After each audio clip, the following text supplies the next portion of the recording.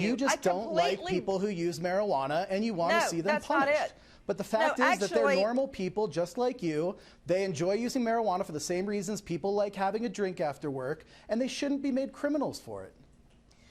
Actually, Brad Lamb, the reason I'm against the legalization of pot is because I've seen too many felonies. And I don't mean pot sales or growing pot like this guy up in Connecticut. I mean people on pot that shoot each other, that stab each other, strangle each other, drive under the influence, kill families, wipe out a whole family. The first time I ever had a pot case... You sound like you're from the 1930s. This female... No, but I have to... Hold on, Brad. The first time I ever came in the first case, it was a plea. And there was this gorgeous lady standing in the middle of the courtroom crying. And I didn't understand. I said, well, what is this case? Somebody else was taking a plea, and they said she's a stockbroker. She got addicted to pot.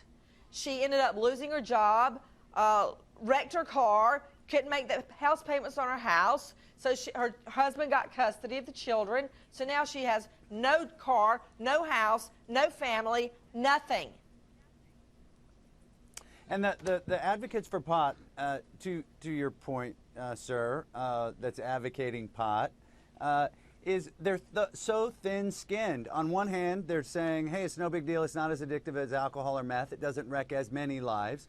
And then I have all these moms over here with whom I work, and on Twitter, Nancy, who have said, you know, this has wiped out our family. This has caused a lot of pain and suffering in the lives of our loved ones.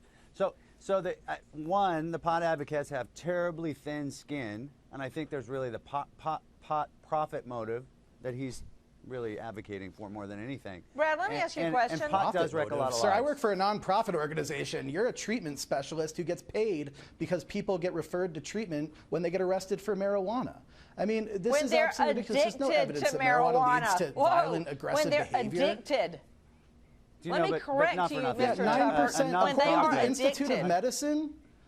Okay, according to the Institute of Medicine, about 9% of people who try marijuana become addictive. Compared the moral or ethical core of the work you do, sir. You know, just because you have a nonprofit doesn't mean that you're doing meaningful work.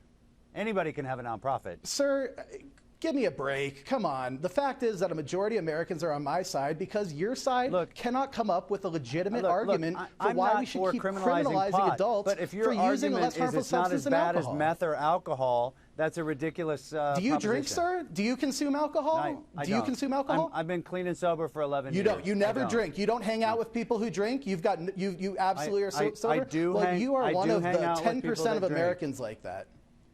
Well, do you think you know what, Brad, I guess that makes addiction. you and me complete space aliens, because the last thing I want is for the children, my twins, to see me boozing it up. I mean, when my husband drinks Diet Coke, Brad, I make him put it in an opaque